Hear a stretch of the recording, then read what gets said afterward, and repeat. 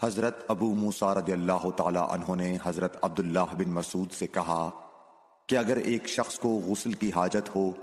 اور مہینہ بھر پانی نہ پائے تو کیا وہ تیمم کر کے نماز نہ پڑھے؟ شفیق کہتے ہیں کہ حضرت عبداللہ بن مسعود نے جواب دیا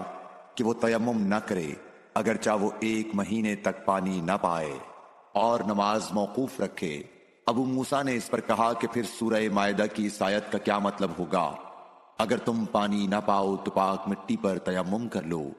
حضرت عبداللہ بن مسعود بولے کہ اگر لوگوں کو اس کی اجازت دے دی جائے تو جلد ہی یہ حال ہو جائے گا کہ جب ان کو پانی ٹھنڈا معلوم ہوگا تو وہ مٹی سے تیمم ہی کر لیں گے۔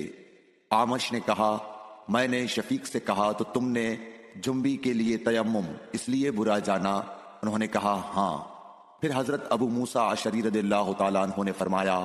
کہ کیا آپ کو حضرت عمار کا حضرت عمر بن خطاب رضی اللہ تعالیٰ عنہ کے سامنے یہ قول معلوم نہیں کہ مجھے رسول اللہ صلی اللہ علیہ وسلم نے کسی کام کے لیے بھیجا تھا، سفر میں مجھے غسل کی ضرورت ہو گئی لیکن پانی نہیں ملا،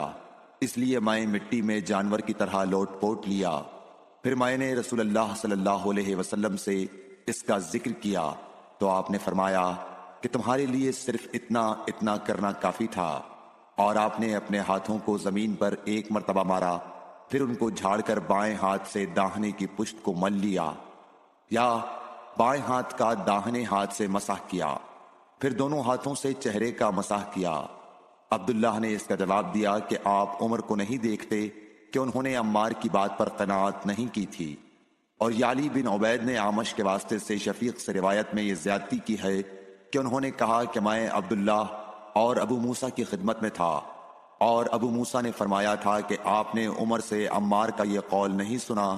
کہ رسول اللہ صلی اللہ علیہ وسلم نے مجھے اور آپ کو بھیجا، پس مجھے غسل کی حاجت ہو گئی اور میں مٹی میں لوٹ پوٹ لیا۔